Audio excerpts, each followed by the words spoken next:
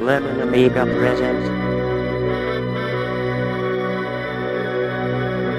a Playguide video review. Sit back and enjoy the show.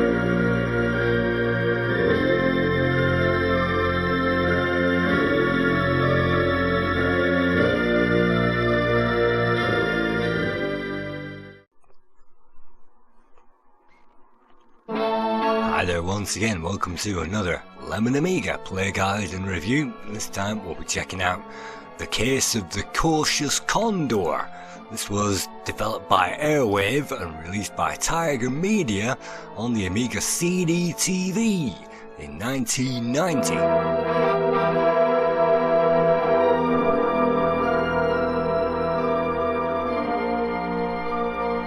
In this game we are teleported back to the 1930s for one of those detective radio dramas.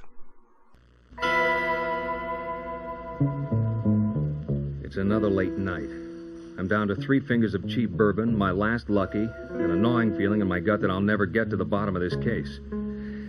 It all happened last week. One day last week, in fact. July 23rd, 1937. Why Bronson Barnard invited me in the maiden voyage of his new flying boat was a mystery to me. But then, to a detective, mysteries are common. That is, unknowns are common. Sometimes I know who's guilty. Sometimes I don't. But even when I do, I still have to find out how they did it, when, and why. The first 3 things you learn in detective school: means, opportunity, and motive. That's how it was with this one. I call it The Case of the Cautious Condor. From that title screen we get a very nice picture. We can even see the prologue again, or we can start that game. Let's start it up and we get a history, and we are about to take off on a voyage across the ocean in this seaplane. I arrived at Pier 7 just outside Baltimore at 9:30 in the morning. Even before I passed through the gate, I could see the thing on the water at the Barnard Industries private dock. It was one of those big flying hotels the uptown crowd called China Clippers, equipped with staterooms, lounges, dining room, observation decks, the biggest planes ever built. And this one was even bigger, more sleek, more modern, more powerful, more extravagant, just like its designer and builder, Bronson Barnard. I knew Bronson in 1917. The Great War, we called it then. We enlisted in the Lafayette Escadrille. Flew battered Nieuports over France, blasting German Fokkers out of the sky and saluting them as they went down. I was pretty good at it. Bronson wasn't quite as good, but like everything he does, he was flamboyant. Except that day a German ace got him in his gun sights. The crowd swooped out of the sun, unloading a belt from his wing gun. Bronson tried desperately to get out of range, but the Hun stuck to his tail like gum on a new shoe. I could see my pal was finished if I didn't do something.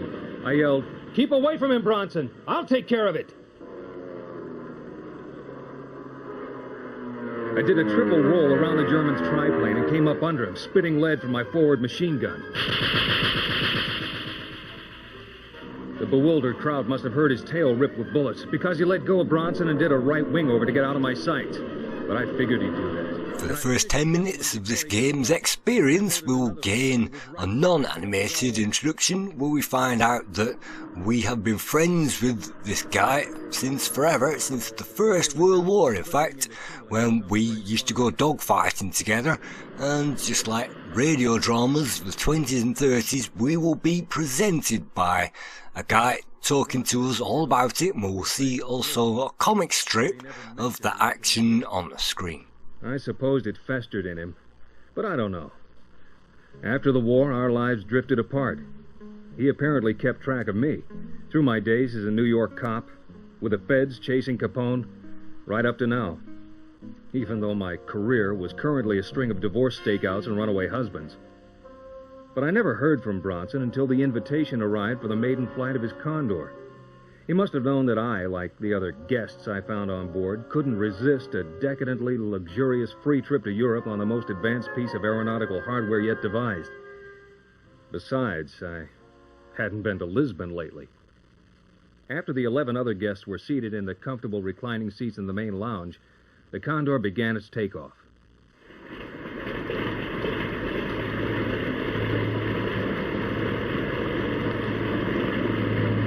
6 twin cyclone radial engines roared to life, kicking up a vortex of sea spray as the huge bird moved away from the mooring.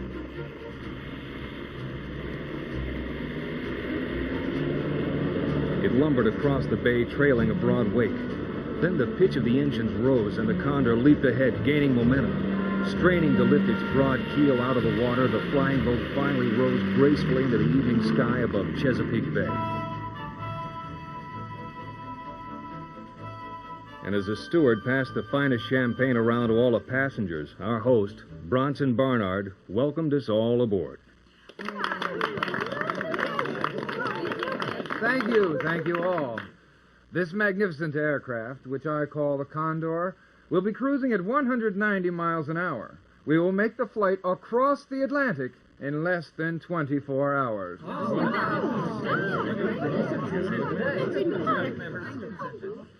The steward is passing out a list of the passengers, just so we'll all know each other.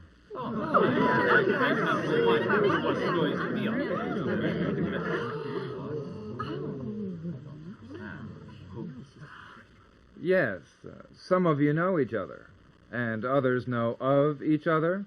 In fact, all of you are connected, shall we say involved with each other? But Bronson, why? That, my old acquaintance, is my secret. But I promise you this, by the time we reach Lisbon, you and I will know everything.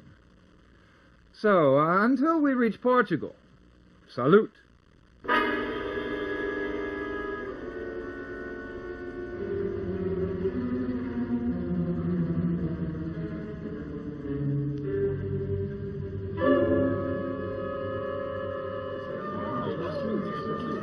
My greatest achievement, Peters, the forerunner of an entire fleet of Condors, which will span the globe in hours.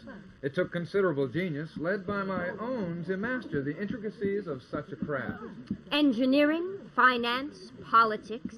It seems you dominate whatever enterprise you put your mind to. Oh, yes, Miss Simmons. All fields of human endeavor fascinate me. I master them all. Including underworld corruption and international espionage, or so I hear. It is due only to the fact that you saved my life on more than one occasion during the war that I allow such comments, Peters. You used to call me Ned when we were chasing Krauts in France. Once. Yes, once.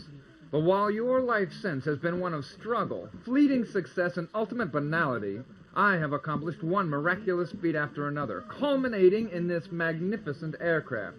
Bronson, what is it? Steward! Yes, sir. Oh, what's happened? Mr. Barnard is ill. Help me get him to his stateroom.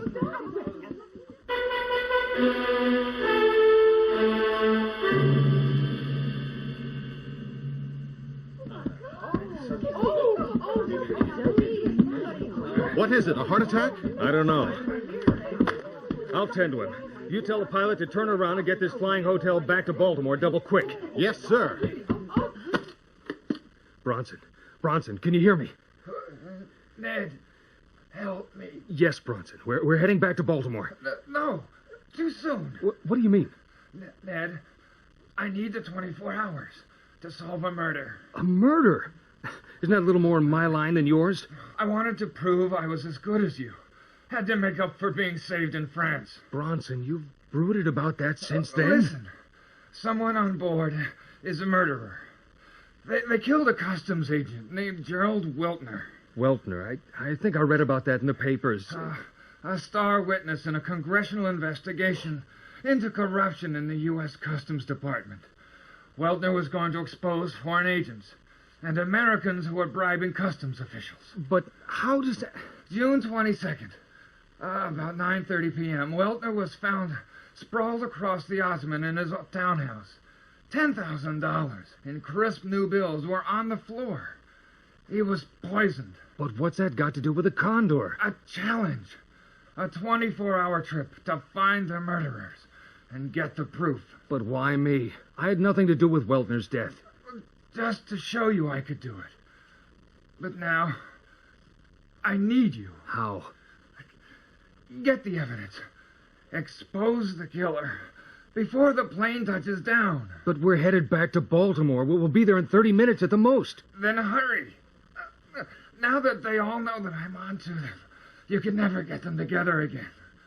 Play them against each other. You'll get the truth. But how did you find out all this? Weltner was my son. But I thought you never married. Illegitimate. The product of a brief fling I had with a chorus girl. I watched over him. Got him the position at the Customs Department. Before he died, he managed to phone me. What did he say? He rattled off a list of names. But he was out of his head from the poison. Talked as if all of them killed him. The police had no lead, so I arranged this fight to catch the killer. Bronson, this is crazy. No, listen. There's a reporter on board, Vera Simmons. She can help you. She's been following the congressional hearings, and there's my notebook. Notebook? My detective's notebook. In my nightstand. It has all the information on all of them. May help. But who do you suspect, Bronson? Get the evidence, Ned. Bronson! Bronson! Who is it? Who is the murderer?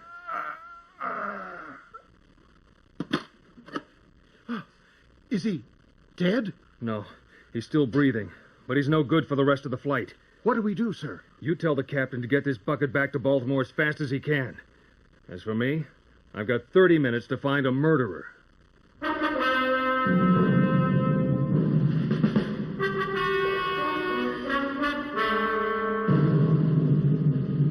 In this game, we play as a detective character, and it's our job to solve a Cluedo-type mystery in a game which reminds me of kind of a Maltese Falcon movie where we play a type of Bulldog Drummond character, perhaps Perry Mason, where we have to foil the crime.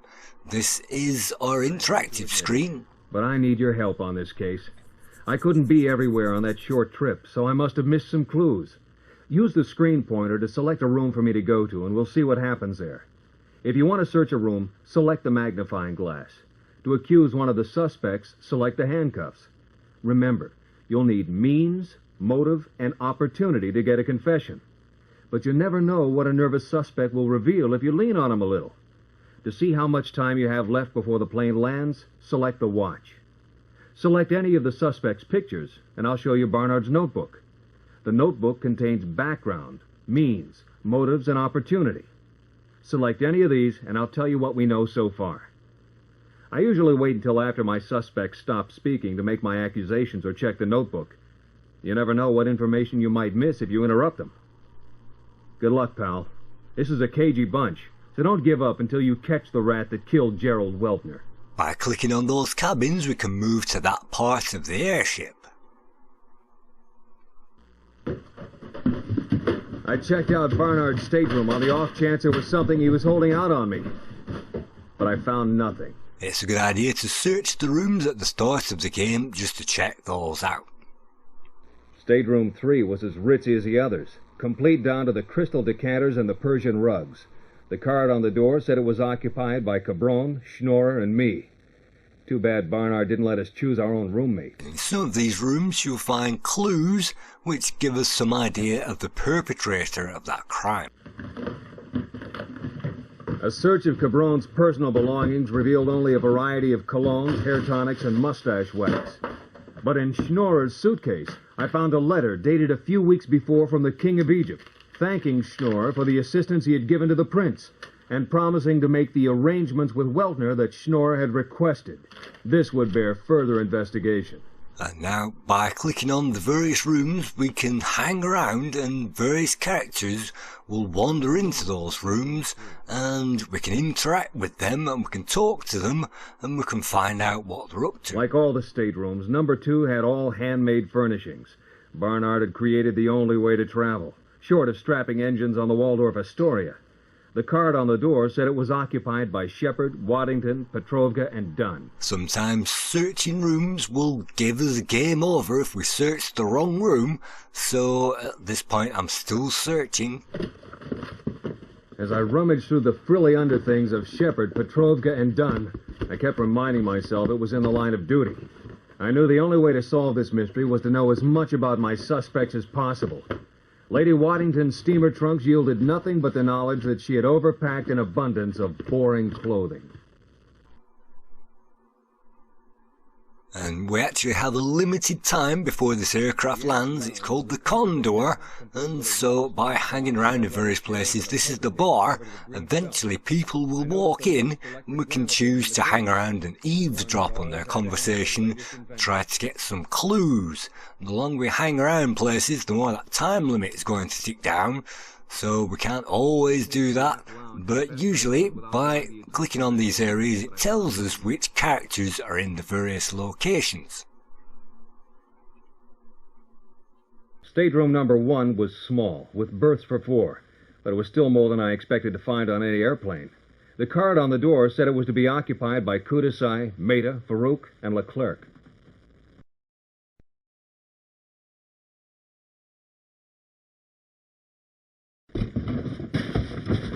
While searching Kudasai's berth, I opened a valise that contained an envelope wrapped in a silk ribbon bearing the Imperial Seal of Japan. The document was addressed to Hermann Schnorrer, deputy to Reichsfuhrer Rudolf Hesse. It outlined an agreement to an alliance between the Empire of Japan and the Third Reich, dedicated to the goals of world domination. I was suddenly aware that someone had entered the room. I turned and faced Okanju Kudasai, who was holding a small brass pistol. So, Mr. Peters, your curiosity has come to this. The Great Seal of the Emperor of Japan exacts a high price from those who violate its sanctity. I am sorry I cannot accord you the honorable death worthy of such a crime. Yet, this is the modern world, is it not? This will have to do. Sayonara, Mr. Peters.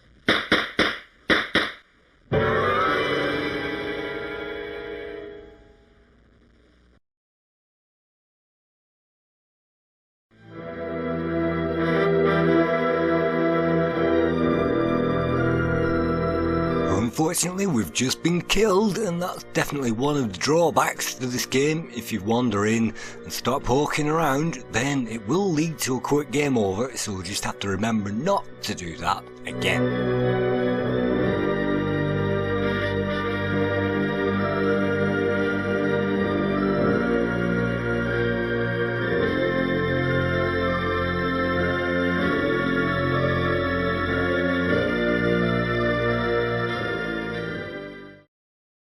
Returning back to the start again, let's try that again. And this time let's check out some more rooms. The main salon had Barnard's ego written all over it. Streamlined chrome everything, from lamps to ashtrays, indirect lighting, and Art Deco sculpture. Anyone stepping aboard the Condor for the first time couldn't fail to be impressed.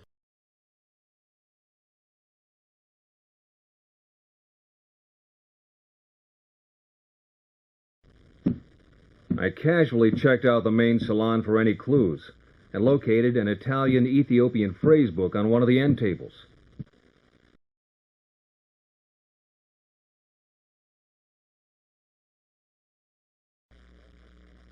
Well, I declare, after seeing poor Mr. Barnard collapse, my heart's all aflutter. I guess that's what happens when you live the high life, with that rich food and all. It is a terrible thing, of course, and so avoidable. Why, in my home village of Deso, there were at least 12 people over the age of 100. The Japanese diet of sashimi and rice is conducive to a long and healthy life. Sashimi? Well, I don't believe I know what that is, Mr. Kudasai. Is that some kind of stew? Not quite, Miss Dunn. It's raw fish. And served stone cold, if I'm correct. Mr. Kudasai? Hey, quite right, Peterson. Raw fish as well as eel, octopus, shellfish. Oh, no, how disgusting. Why, you men are making fun of me. Raw octopus, indeed. Now, personally, I find all those slimy fish creatures revolting. I wonder if the galley has any gravy in it. There is over an hour's worth of dialogue on this CD, and this being an interactive game, you'll get tons and tons of dialogue and not much to interact with. And so, hanging around, it's a good idea to fix our sights on one of the people that we're trying to lock down and to follow them all of this airship. Realizing I was not alone, I confined my search of the aft observation deck to a quick once-over that produced nothing of interest.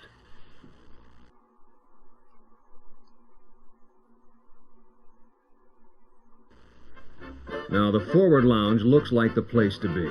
A bar, tended by a big Belgian named Henri. At the moment, I've found one small lead. That's from the Tobacco Queen from Virginia.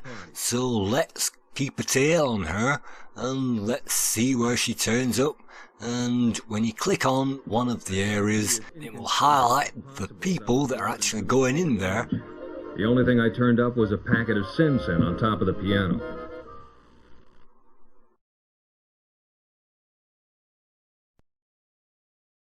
The galley was small, but had everything to cater to the worldly taste of a guy like Bernhard. I also noticed several storage cabinets and closets that seemed to have everything necessary for the smooth operation of a class act like the Condor.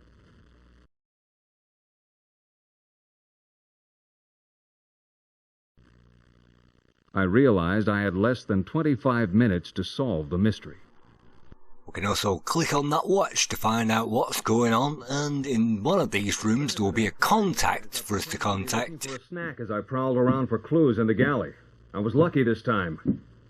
I got the last ham and cheese sandwich. And having made contact with her, she'll then fill us in with even more details that we didn't know before. Miss Simmons, Bernhard said you could be trusted. I need some information about the Weltner murder. What did the... Who do you think I am, the local librarian? Dig up your own story, Peters. I'm working. Well, pardon me for breathing, sister. Look, I think we're both on the same side. You want to print the truth about Weltner, and I want to nail the murderer. If we can help each other, why not? Oh, sort of you show me yours and I'll show you mine, huh, Peters? Look, I just need some basic information. In return, I've got some juicy stuff that you can't get anywhere else. Something that'll have your readers jumping out of their skins about. So what do you say? I'll even go first. Okay, shoot. But this better be good. You tell me. You ready for this? Weltner was Bernhard's illegitimate son. He never said anything about it, but the old man always looked out for the kid while he was growing up. Bernhard pulled some strings and got Weltner the job in the customs department. Weltner was mixed up in this bribery business, and he was killed for his trouble. Bernhard set up this whole excursion because he thinks the killer is on board. Now, because of his condition, he asked me to do what I could before the plane lands. And there you are. You expect me to buy that? I mean, do I have sucker written on my face or what? Suit yourself. But you know as well as I do, a bright reporter could corroborate that story. And you gotta admit, it's just a little too wild for me to make up. You have a point there, Peters. Okay, what do you need to know? Just how was the body found? And I mean the details the police have. The police got an anonymous call about 9:30 p.m. A man telling them a murder was in progress. When they arrived, Weltner was already a cold fish, sprawled over an ottoman with $10,000 in new bills at his feet. I mean, they still had the bank wrappers on them. Federal Trust Bank of Durham, North Carolina. A glass of sherry was on the mantel. The residue in the bottom tested positive for mercuric chloride, enough to kill 3 men. There had been some sort of scuffle. A desk lamp was smashed and the papers from the desk were scattered on the floor.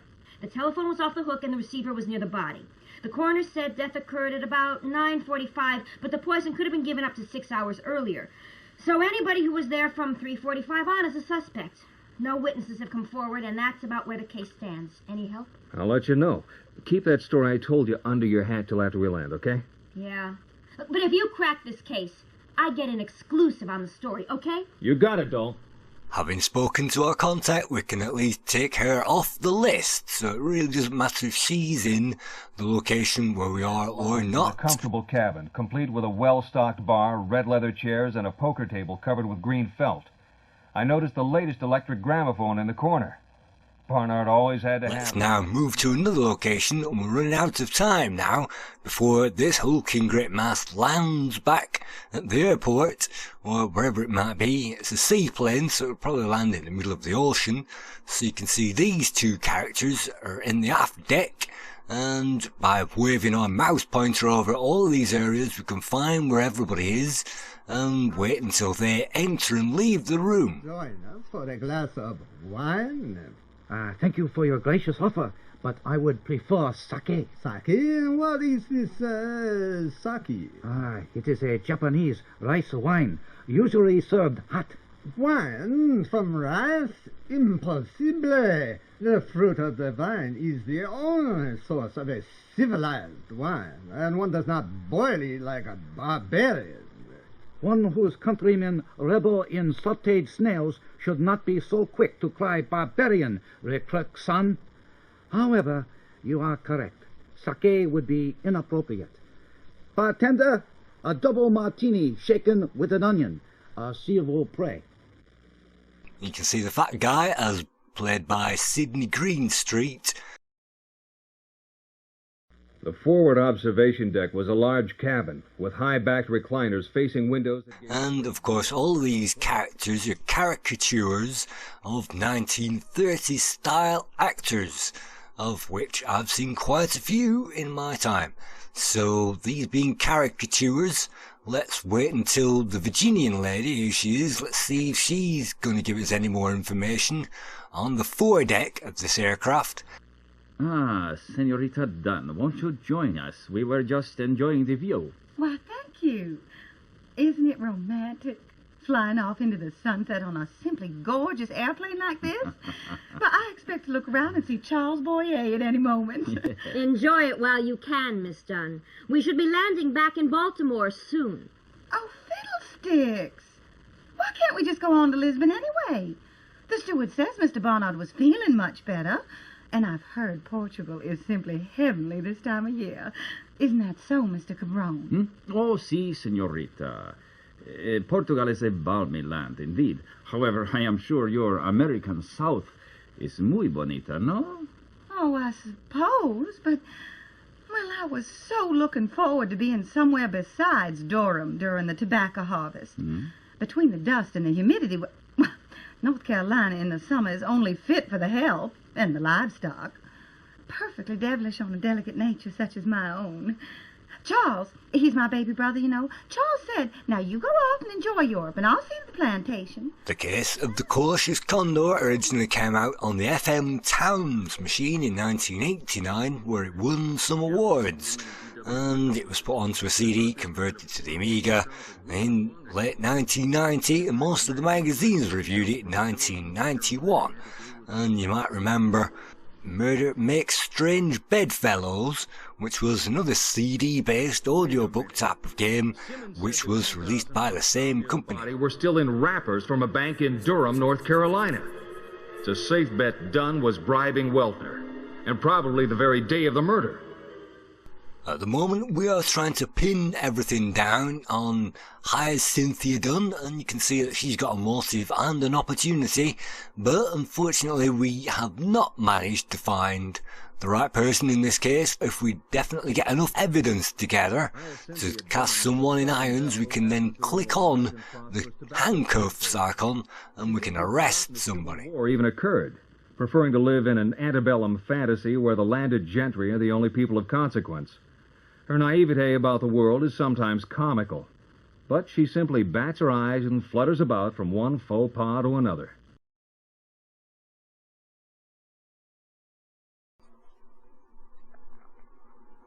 At this stage, you haven't got a clue which one of these guys is the murderer, and that won't change from game to game. Once you know who the murderer is, you can then follow them around and pin the finger.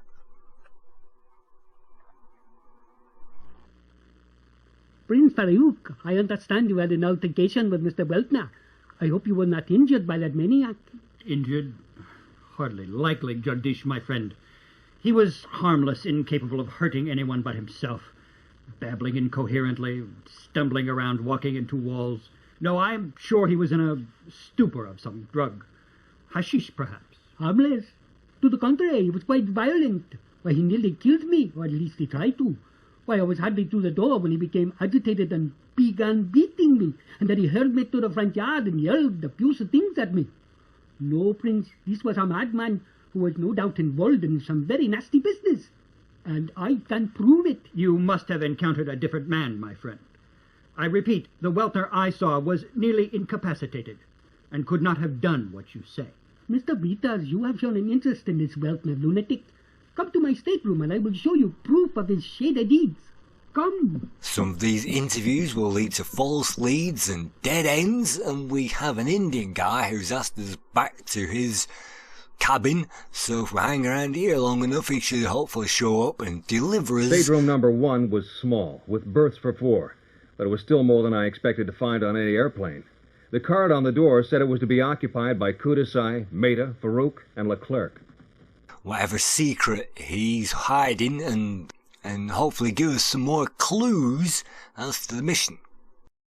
He doesn't show up straight away, so sometimes you have to hang around until all those characters decide to wander in their own time. This is a real-time game. Oh, Mr. Peters, I'm glad you're here. Look, I want you to have this. I must have inadvertently grabbed it off Mr. Weltner's desk when he attacked me at his townhouse. That Weltner man was a wicked one, and I'm sure this telegram proves it. Can you make anything of it? Well, let me see that. It was a telegram from Paris, dated about 3 weeks before the murder. Vintage 33 ready to ship. Stop. Have not received duty waivers. Stop. Do we have a deal? Stop. Yours, FL. Stop. FL. Could only mean Francois Leclerc. He was obviously trying to beat the customs duty on his wine by bribing Weltner. If Weltner was double-crossing him, the frog might have iced him. Or he could have seen the end coming, what with the impending hearings, and decided to cut his losses. Either way, Leclerc had a motive. All of the graphics are nicely hand-drawn, and there is hardly any music in the game. There are a few sound effects and a few speech sound effects as well. So, just like Cluedo, we can find out everything that we need to know by investigating these areas, and hopefully anything that we found out will be jotted down on our notepad. We can see who has the motives, who has the opportunity, and Francois Leclerc. So you can see that this game is timed. It's definitely on a time limit, so if you don't figure out who killed who by the time the time runs out, then that's going to be game over, and we're not going to find out who's killed who in this playthrough either.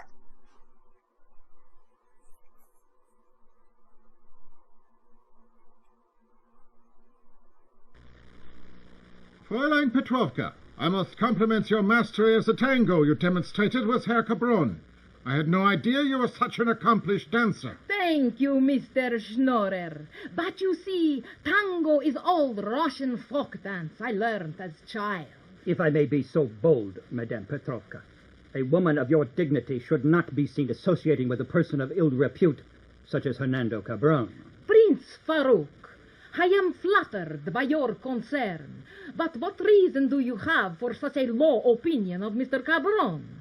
Surely a man born of royalty does not envy hot blood of mere tango dancer. I have seen the shameful regard he has for a woman's honor.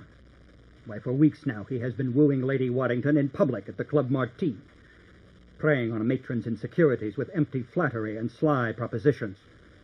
You could see it in her eyes. He had a Svengali-like influence over her. This evening, however, he will hardly speak to her. Now that he has used her for his own wicked ends, I say he is nothing but a common gigolo. Prince Farouk, to translate old Russian proverb, methinks thou doth protest too much. Where is Miss Shepherd now, anyway? Never mind. I like man with such spirit. Perhaps you would like to escort me to observation deck for the landing, da? So the British Blue Nose had a torch for the tango dancer. I can't blame the poor broad, really. To an over-the-hill society dame, even a schmuck like Cabron must look pretty romantic, next to a stuffed shirt like Sir Reginald.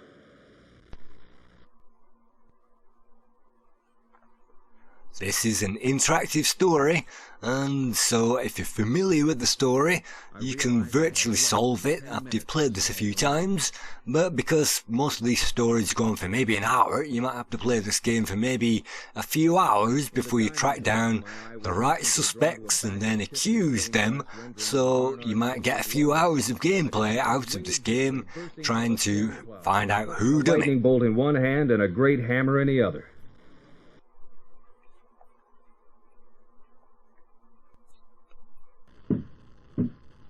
No one seemed to notice as I discreetly searched the dining salon for evidence, nor did anyone notice my frustration when I found nothing incriminating.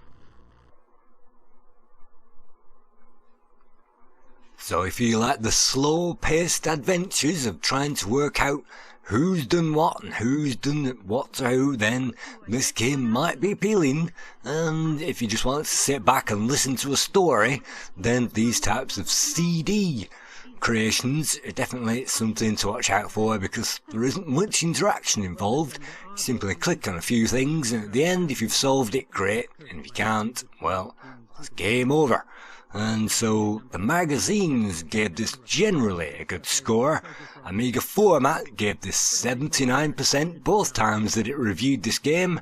Lemon Amiga, the current score is 77%, and Amiga Joker gave the case of the cautious Condor 70%, which means the average score for this game is 7.5 out of 10. As far as I'm concerned, that's all we need. A bunch of 5,000-year-old cursed mummies haunting every museum in the world.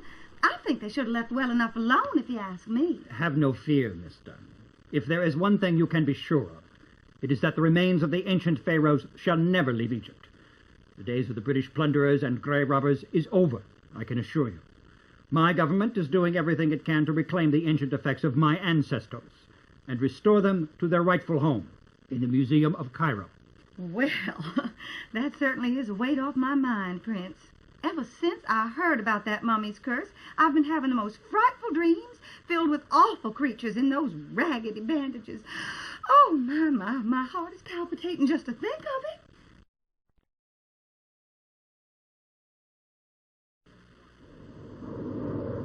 Ladies and gentlemen, this is your captain speaking.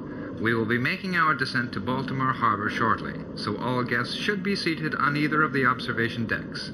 Please fasten your seatbelts, as it may be a bumpy landing. Thank you. On the Amiga, I'm having no luck whatsoever with the Virginian woman, and we're coming into land now, so if we don't pin something on somebody, then unfortunately, well, we haven't got enough evidence, and so that means we're going to have to play this again, maybe, to get enough evidence on one of these characters. This is as far as I got with the game, and you'll definitely have to play it a few times before you get through it. Prince Farouk, I know you travel in exclusive circles and have made the acquaintance of many influential people. I beg of you to help me convince those of consequence to press the British government to grant sovereignty to the people of India. Until Parliament can see the legitimacy of our claim, I am afraid bloodshed will overcome diplomacy, and many will die. Can you help us? I sympathize with your cause, Mr. Mater. The British were unwelcome guests in Egypt as well, until recently. Unfortunately, since my cousin the King is but 17 years old, it is unlikely that I will ever have influence over affairs of state. However, Lady Waddington, the wife of a member of Parliament, Sir Reginald Waddington, would be a most useful ally. If you could gain her ear, you gain the ear of her husband. Alas, I have tried to persuade Lady Waddington of the justness of our cause since she arrived in America, but she won't listen. I have been following her, waiting for an opportunity to sway her opinion, but for weeks now she has constantly been with that Spaniard, Mr. Capron. Why, several weeks ago, I had followed them to an inn near Arlington, the Hotel Mantequilla. I believe Mr. Capron lives there. I remembered it most vividly as they stood outside, a garish neon sign flashing in their faces. She said, "You may be the mongoose to the others, but to me you are Valentino. That Cabron fellow has an evil eye, and I am afraid to approach her when she is with him." Most regrettable circumstances, I agree, Mr. Mehta. I will consider what you have told me. If there is a way I can help, I will let you know.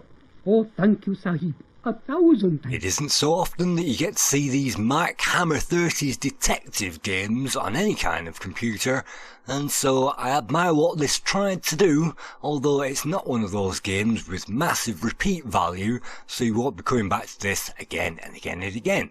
So thank you for viewing this guide to this game, and I hope to see you again in another play guide at some point sometime soon. Thank you. I realized I had less than 1 minute to solve the mystery.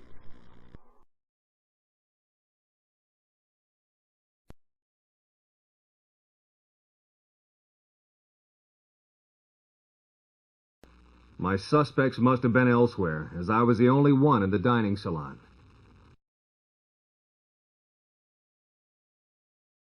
There was little I could do for Bernhard now. I had to get to the bottom of this case before the Condor landed, and that meant getting to know the passengers as quickly as possible.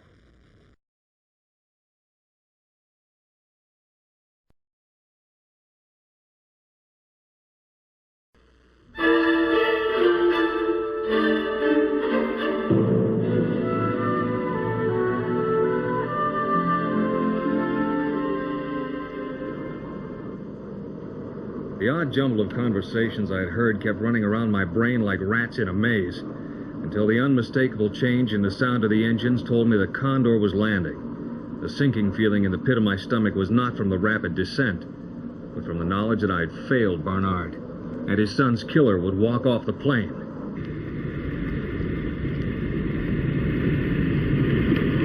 Great birds skimmed the surface of the harbor, then settled into the blue water. As it taxied to the Bernhard Industries dock, the faces of my suspects flashed in my consciousness, and each had that same smug look, like a gambler who'd just drawn an inside straight. I walked to the gangway and watched as the others left the plane. Well, Ned, I guess this is goodbye. Don't let it bother you too much. Life is too short. До свидания, darling. Lady Waddington, may I have the privilege of escorting you to your hotel? I know what an ordeal this has been. No thanks to Monsieur Peters. Oh, thank you, Francois. I want to forget this whole incident. Oh, I certainly hope this doesn't get into the society papers. Oh my, this has been exciting, hasn't it, Mr. Peters? Although I must admit, I feel much better now that we are back on solid ground. Goodbye, my friend. I think if this was the end of a movie, your line would be, here's looking at you, kid. But you look like you've got a mouthful of mothballs. Why don't you stick with something you're good at,